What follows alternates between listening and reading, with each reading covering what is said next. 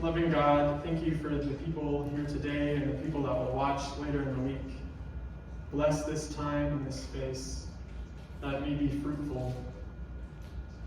Help us to challenge ourselves with this challenging text and help us to grow in beautiful ways. Thank you for all the souls gathered today. Amen. Amen.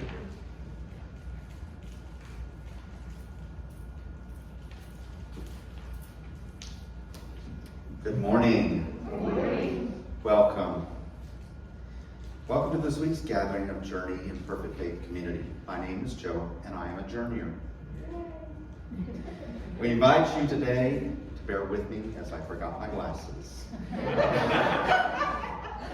So we invite you today to take part in our gathering however you feel comfortable, regardless of religious background or lack thereof, skin color, political affiliation, sexuality, age, culture, or any other label you might have. You are welcome here and are encouraged and celebrated here just as you are. All are welcome here. If possible, please wear your mask when you're walking around the building, and especially while you are moving around.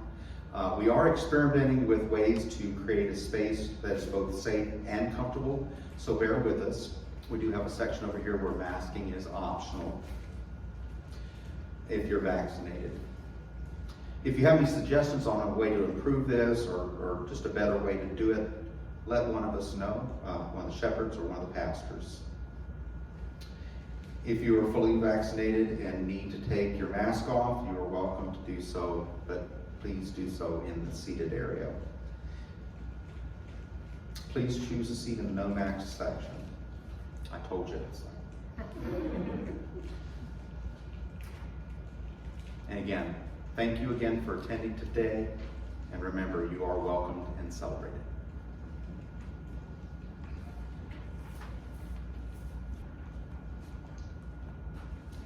Good morning. Good morning. I know I sound awful, but I do not have COVID. I have been tested. I have a sinus infection, so don't be afraid of me. Please be sure to make a name tag and sign in at the round table. You can mark if you'd like to be added to our weekly email or if you'd like to be contacted by a pastor. Remember, more details about all the announcements are in the weekly email newsletter and on the website journeyifc.com. We're looking for help with setup on Sunday mornings at 10 a.m. We need a couple of people each week to set up the room, including decorating, as well as someone willing to make coffee. And Joe, thank you for making coffee today. Jacob and the Soul team will have ideas on how to decorate, but they need some bodies to get it done. If we get enough people, it would be on a rotating basis. Please let Jacob know if you'd be willing to help. There's a shepherd meeting today after worship, and everyone is invited to attend. So join us if you're interested. And we need help cleaning up after the service. We need to stack the chairs. They can stay in this room stacked. And the shepherd meeting will start 10 minutes after the service. Thanks so much.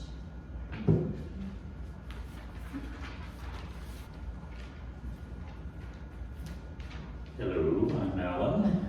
I'm a journeyer and I'm a shepherd, and I got one piece of business that we need to do, and that is that the shepherds have been, there's 6 shepherds. We've been serving, trying to figure out what part of this discernment and kind of initiating the discernment. Our terms officially end July 15th, so we talked with each of the shepherds and they all agreed that they'd be willing to continue serving for another 6 months, and so we've announced it to the congregation, but we need a confirmation vote of the community to say that you approve extending the existing shepherds' terms through January 15th.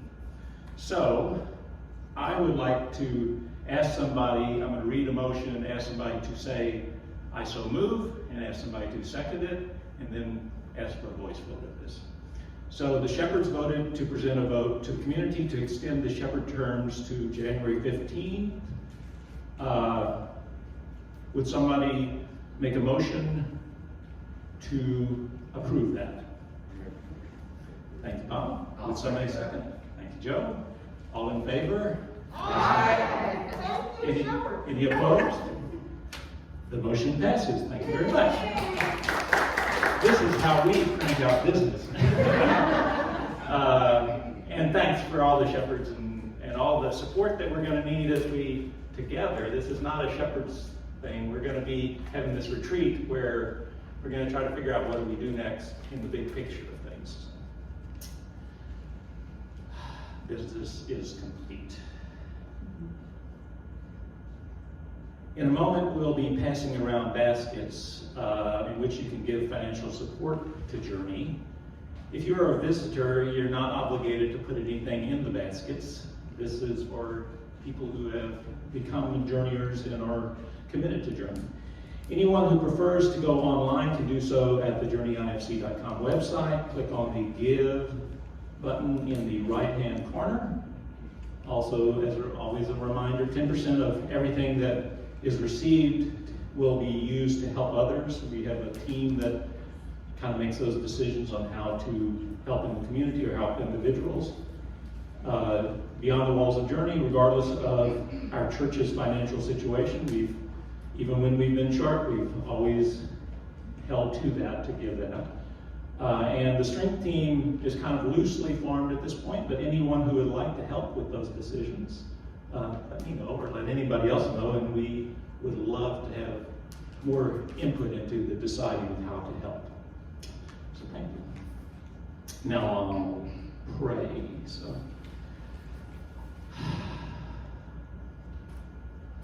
dear God, thank you for all the gifts that you have given us, financial, talents. Thank you for reminding us to share those gifts with this community and with the broader community, with our neighbors. Thank you. Amen. And welcome back, Alan.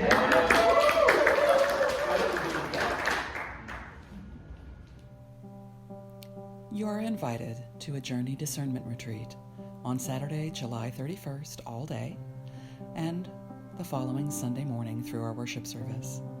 We are a community all together, joined in love, inviting God into discernment. We are deliberate, open, thoughtful, with fellowship and food.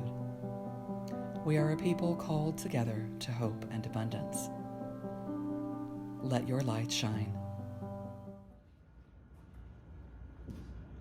I love Margaret's voice. I get tickled just listening to her. But what she's talking about is really important. Every journeyer who can is needed. The very last Saturday in July 31st, all day long, 9:30 to 8:30ish, whenever, maybe even earlier, we'll see. And then we'll continue at 9:30 on Sunday for about an hour and then go into worship. But what we are doing is reimagining our journey forward. We are at a crossroads.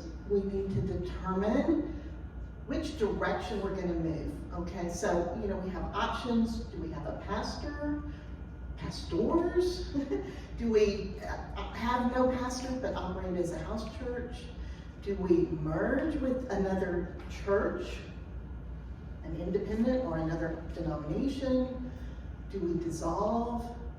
And if anybody has another idea, let me know. We'll throw it in the stew. And we just need to see if we can understand what it would take for each of those options. And then no voting. We're not voting. This is not a business meeting. We're going to stand on the shoulders of the discernment we've done the past several months. We are going to come at this not in panic, but in peace.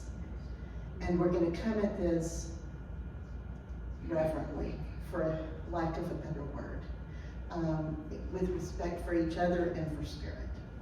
And so we're just going to see if we can learn about it, talk about it, see if we can knock a few of the options off the table and maybe decide the direction we want to go, and then we'll begin moving that direction. So super important. I love you all. There is a yellow sheet on your chair that is the RSVP, and there's a basket as you go out the door to stick that in, so fill that out. And if you did the one online, you can click in the newsletter. You know, there's a link in the newsletter, and will be every time between now and then. So if you did that one, you don't have to also do the paper one. We'll figure it out, I promise.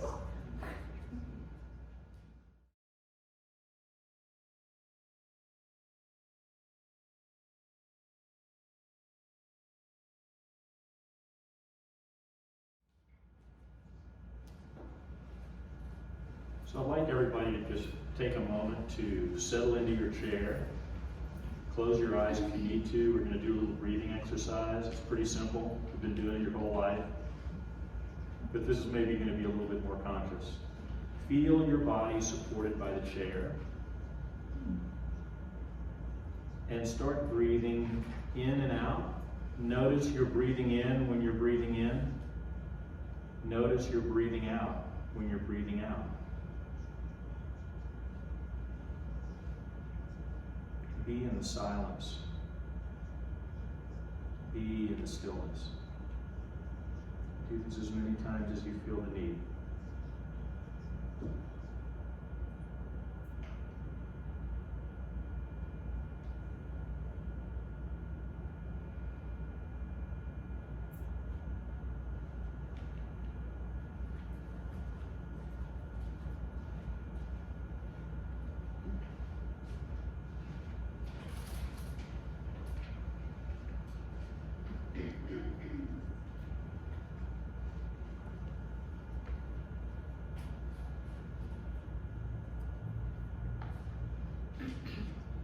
Thanks, Brian. Okay, put on your seatbelt. First time I read this, I went, what? Listen now to one of Jesus' teachings. For it is as if a man going on a journey summoned his slaves and entrusted his property to them. To one he gave 5 talents, to another 2, to another 1, to each according to his ability. Then he went away. The one who had received the 5 talents went off at once and traded with them and made 5 more talents. In the same way, the one who had the 2 talents made 2 more talents. But the one who had received the 1 talent went off, dug a hole in the ground, and hid his master's money. After a long time, the master of those slaves came and settled accounts with them. Then the one who had received the 5 talents came forward, bringing 5 more talents, saying, Master, you handed over 5 talents. See, I made 5 more talents. His master said to him, Well done, good and trustworthy slave. You have been trustworthy in a few things. I will put you in charge of many things, and enter into the joy of your master. And the one with the 2 talents also came forward, saying, Master, you handed over to me 2 talents. See, I have made 2 more talents. His master said to him, Well done, good and trustworthy slave. You have been trustworthy in a few things. I will put you in charge of many things. Enter into the joy of your master. Then the one who had received the 1 talent also came forward, saying, Master, I knew that you were a harsh man, reaping where you did not sow, and gathering where you did not scatter seeds. So I was afraid. And I went and hid your talent in the ground. Here, you have what is yours.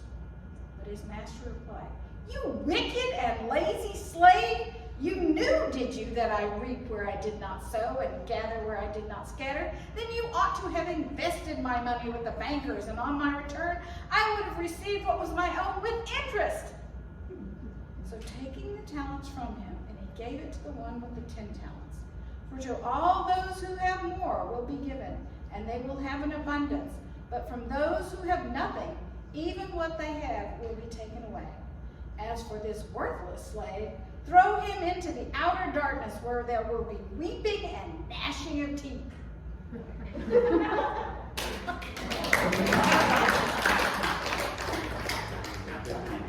I invite you to remain seated and sing along with us. Feel free to be. My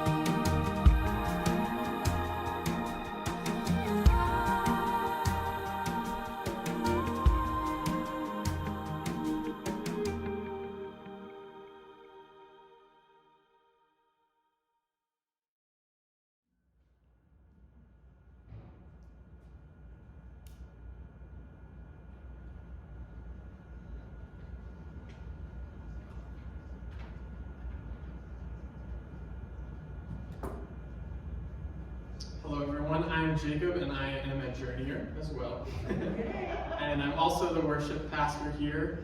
And I am a glutton for punishment, and I like to choose really difficult texts. So I'm sorry about that. And when Susan said she did not like it, she stomped across the room and said, "I don't like this." And I agree. All week I've thought that. I'm a glutton for punishment, I tell you. So today we're looking at the parable of the talents. And parables are these weird stories that Jesus would teach to try to get a lesson across. But they typically have like many interpretations. You can go a lot of ways with it. It's hard to really say this is exactly what Jesus was saying. And I really hope that's the case today. But I hope that we can use this story to ponder on what gifts we've been given from God and how we use those. But I do want to challenge this story some as well. So hang on with me. I have a place we're going. Just strap in. Put your seatbelts on, like Susan said. So the parable of the talents, the traditional reading of this that I think history is often flocked to, starts with a slave owner. And he goes to his slaves before he goes on this business trip or this long journey. And he gives them some money called talents. So a talent isn't like America's Got Talent where it's like you're singing or, I don't know, dancing or juggling. Talents were a weight, and so it's kind of like saying a gold bar or something. This is what they're giving. But a talent was a lot of money in this time. A talent was enough money that it was equivalent to 15 years of day labor work. So one talent was enough for a person to make over 15 years of their life. And so when this slave owner gives them money, he's giving them like an insane gift. It's not this simple gift, it's this huge gift of money. And so even the one that only gets one talent is still getting 15 years of financial security. So the interpretation keeps going that, each of them were given an amount according to their ability, to their worth, and then this slave owner just leaves. He just goes off and doesn't tell them what to do with the money, just kind of expects them to know. And so he goes off, and in this time, the first two slaves, invest. They do business, they go out. I don't know anything about money, so I'm not going to be much help on helping you envision that. But they go out and they double their profits. They end up doubling what they have. So they don't just have 5 talents, they have 10 talents. They don't just have 2, they have 4. And so when the slave owner returns, he gives them big kudos, a high five, a pat on the back, and he says, you've done it, good job. You've taken what I've given you, these gifts, and you've multiplied them. You've made them be abundant. And so I'm going to put you in charge of stuff, because I know you're responsible. You can do it. I trust you. Great job. At this point, this slave master is making these slaves unequal. He's saying, I saw you as less, I gave you something, you prove yourself, so now we're equal. You're in charge of money. You can be successful as well. But then we get to the third slave, which is my favorite slave, and I think it's because I think I'm more like that person, and I think a lot of y'all are as well. Because he says, I'm not doing this. I can't just go out and make this person I'm scared of money, expecting to give it back to him when he gets back. Who is he? Why me? And he said this is according to our abilities. Why do I only get 1 talent? And this is this is too much money. Why does he have slaves if he has this much money? What is going on? This is not fair. And so the slave, he takes the money and he digs a hole and he hides it away. He doesn't go out to a bank or anything. He doesn't try to invest. No, he puts it away until the slave owner returns. And so when the slave owner gets back and is expecting, to reap in all this money and congratulate him, he says, I'm sorry, I couldn't do it. I went and hid it. I put it in a hole. I don't want to do this. I was scared of you. You're so harsh. And I'll give it back to you. It's all yours. I'm not responsible anymore. I don't want this money. And the slave owner gets upset. And he gets really upset, actually. He says, you're a wicked slave. And he condemns him and says there's going to be weeping and gnashing of teeth, which is one of my favorite things in the Bible. It's so melodramatic. I love that. It's all going to be bad, You messed up. It's over for you.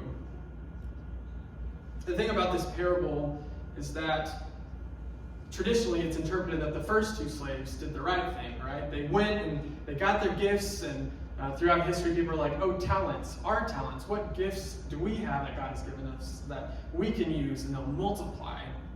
And I think that is an okay translation or understanding or interpretation of this text. And yes, we will do an activity where we talk about the gifts we can offer Journey and the world, yada yada. But I kind of want to muddy it up a little bit. I don't like that, because I'm still worried about that third slave who didn't get a chance, who was condemned for not living into this broken system. And so this week I did a lot of wrestling, and I don't know, the text came to my mind, and me and Gil were like, yeah, that's good. And then we wrestled, and then I wrestled at home, and then on the road I wrestled, and then I made Skylar wrestle with it. But then I finally found an article that I thought really represented another side of this.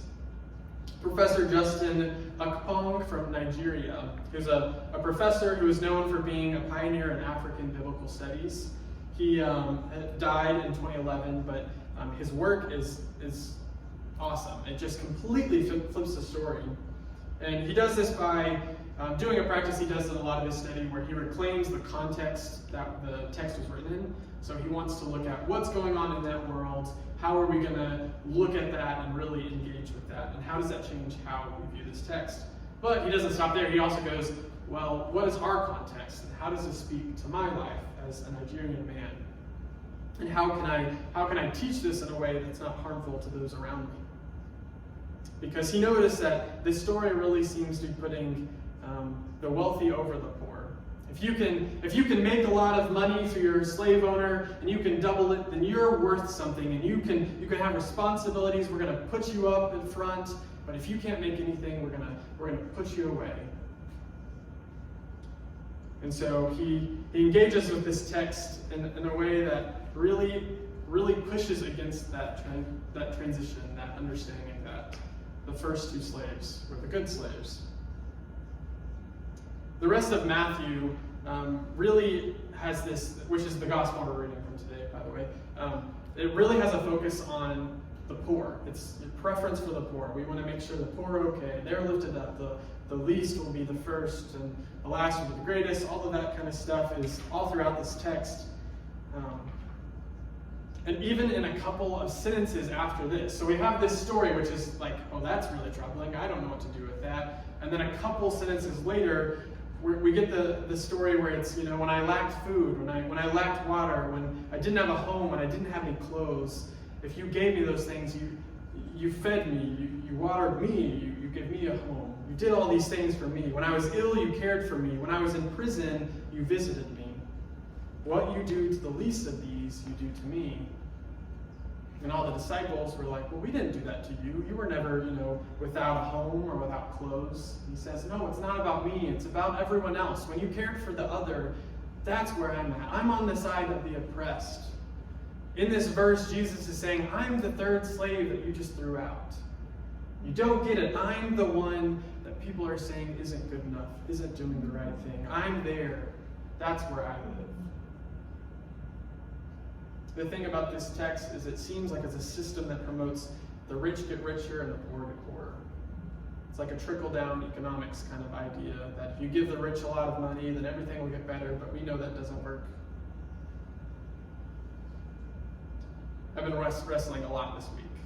I think it's an ugly text, and it's really weird. And I think if we look at it and we, apply the first two slaves, it can be good, I guess. Like, yeah, you have gifts, and God gives you these things, and can do amazing things with them. But I think we have to realize that even the third slave was worthy. Even the third slave was good because I think of Genesis. Whenever we're told we were created and we were very good, and we hadn't done anything yet. We didn't have to do anything to be told we were very good. And then in this text, it seems like you have to do something to be good, but that's not the case. That's just our human misconception, because we're good all along.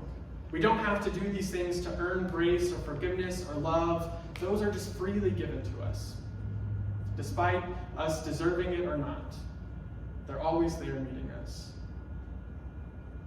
Me and Gail at the beginning of the week met and talked about, what are gifts from God? What does that mean? We ask people to share their gifts. What does that look like? And I love what Gail said. She said that gifts aren't something that are like beyond us. It's just who we already are in the world. How we show up naturally. That's our gift. It's just showing up. We are very good as soon as we just show up. And I think that is what I'm thinking in this story, is that everyone in the story is somehow good, even if they mess up, screw up, according to the societal standards or according to whatever standards. They all are very good, despite themselves. That song we sang, How Can I Keep From Singing? Those are the gifts I'm interested in. I don't care about the talents and the money and the 15 years of financial security. What are the things that you can't keep from doing? The things that God has given you that you're not even aware of because it just flows from you. Maybe it's doing breathing exercises, or maybe it's doing, I don't know, finding poetry for a weekly gathering, or taking pictures of mosaics for another one. All of these things are gifts. These are ways that you can show up. But as I was wrestling this with my wife in the car, I was like, I just feel like this text feels like an old script. And I think all of us were raised in some scripts where it was this idea that if you don't do anything, if you can't offer anything, you're not good enough, you're worthless. And I want to break that. I don't think that's what Journey believes in. I don't think that's what we teach. I don't think that's what we know God to be or believe. And so I want to correct some things. We're not going to condemn you. If you go and you take whatever you have and you put it in a hole, that's okay. We're not going to condemn you and say, you wicked slave. That's not the kind of community we're in. We're not going to take away anything from you and give it to the rich. We're not going to say you were bad. We're going to celebrate you just for being you. Just for showing up. Not for doing anything or what you give to us, just for being who you are. And I hope you can take that out into the world. I hope you can go out in the world and help people know that they are loved and they are very good, and they don't have to do anything to earn that. This week's title was The Simple Gift. And as we can see in the picture here, you see the slave master, and it's like, all these have money, and he's putting the one down, saying you're bad. And it wasn't a simple gift. It was a gift that came with expectations, societal pressures to go and make money, live into this system of exploitation where the rich get richer and the poor get poorer. And that third slave, as Justin Upcombe says, is the only one that was able to be a prophet. He was the only one to stand up against the societal norms and push and try to show a new way and not just succumb to what the world tells him to do. That was his gift. It wasn't the money, it was his talent, I guess we could say, was that he was willing to say no. And so I encourage you to ponder on what your gifts are. And maybe not think of it in a sense of what makes me good or bad, but just who do you show up naturally as? And how can you use that to serve the world, to serve Journey, to serve one another, your family, your dog, your cat, I don't know. How can you show up?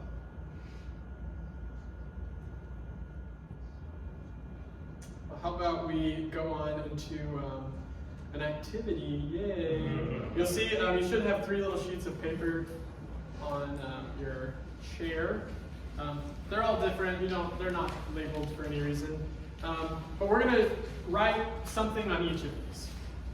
We can call it our talents, our gifts, just who do you show up naturally. We're gonna do an activity, but each of them are gonna be a different thing. So pick one out, and this one is gonna be the one we're gonna call the burn one. The burn one, like you're gonna burn it up. We're gonna put it in our Phoenix, if that gives you any notice. I'm really holding on to that theme. We're gonna be with it for a little longer. So on this one, I want you to write maybe a word, a thought, or maybe you can just pray over it if you don't want to write something down. But I want you to take maybe a minute or two. We'll play some music, and I want you to write what's something that used to give you joy, some way that you used to show up as a gift, something that you thought was a gift that now feels more like a chore, something that you may be really good at, but you're ready to let go of, something that doesn't give you life, something that just takes away. So let's just take a couple of minutes. You want to play some music? So yeah, just think about what are you ready to not do anymore. And that could be a journey, that could be in your work, that could be at home.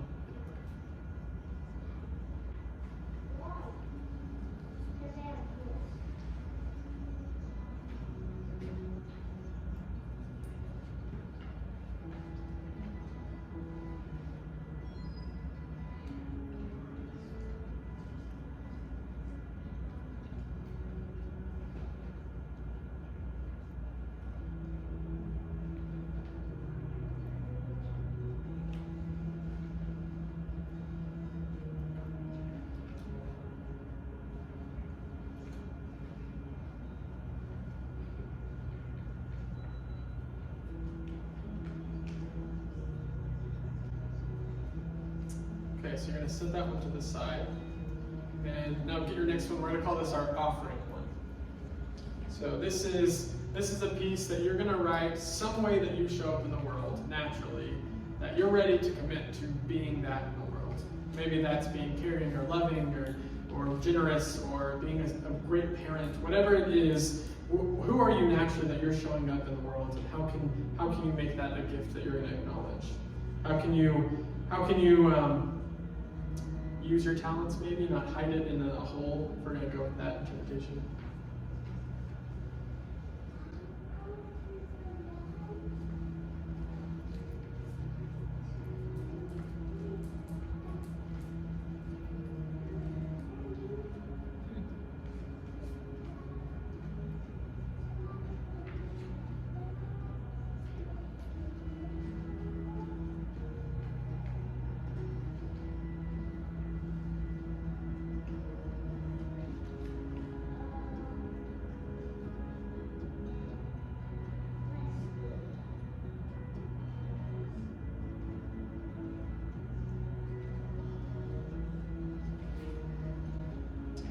Okay, and our last one, we're going to call this our ponder one.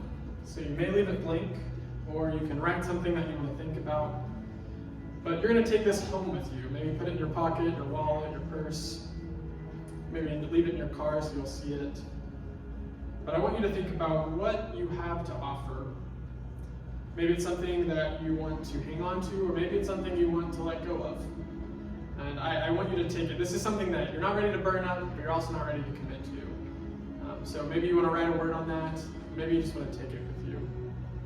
And once you finish with that, I invite you to bring the burn one up and put it in our phoenix up here, and then our offering one, we'll put it in this offering plate up here. So take your time.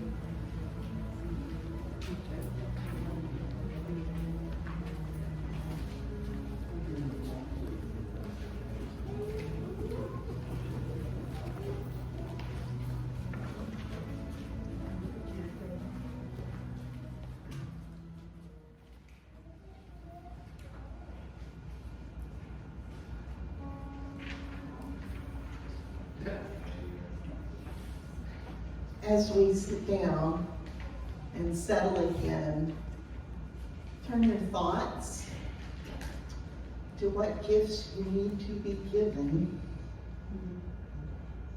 What do you need?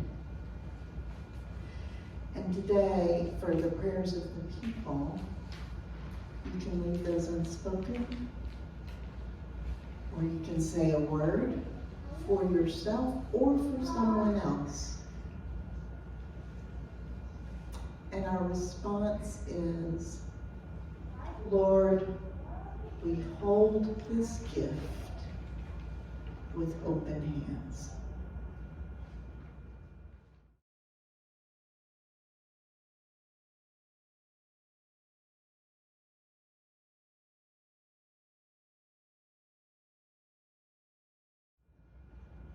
Lord, for all the people we hold in our hearts, and for ourselves,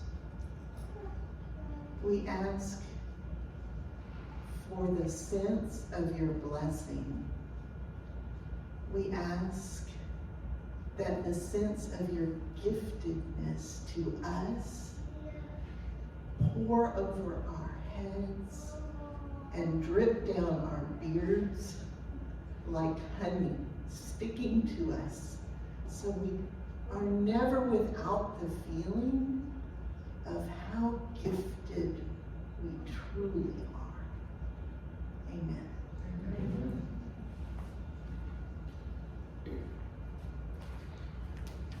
This last song, I invite us to stand as we're able and sing together.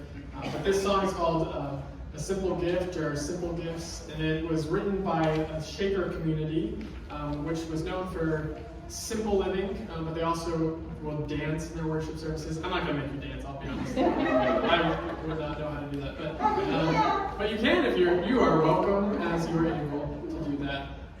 But it's a reminder that the gifts that are most important are the ones that we just show up naturally doing. So those are our simple gifts.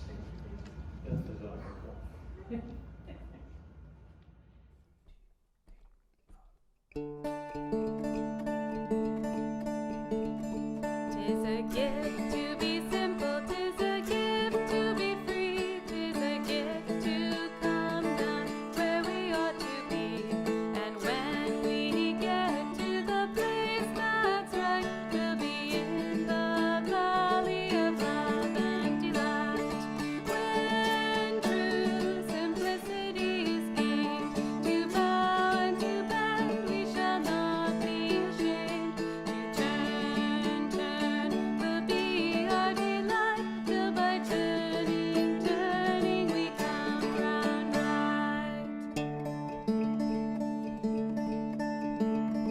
Tis a gift to be simple, tis a gift to be free, tis a gift to come down where we ought to be. And when we get to the place that's right, we'll be in the valley of love and delight. When true simplicity is gained, to bow and to bend we shall not be ashamed. To turn will be our delight, till by turning we come round right. Tis a gift to be simple, tis a gift to be free, tis a gift to come down where we ought to be. And when we get to the place that's right, we'll be in the valley of love and delight.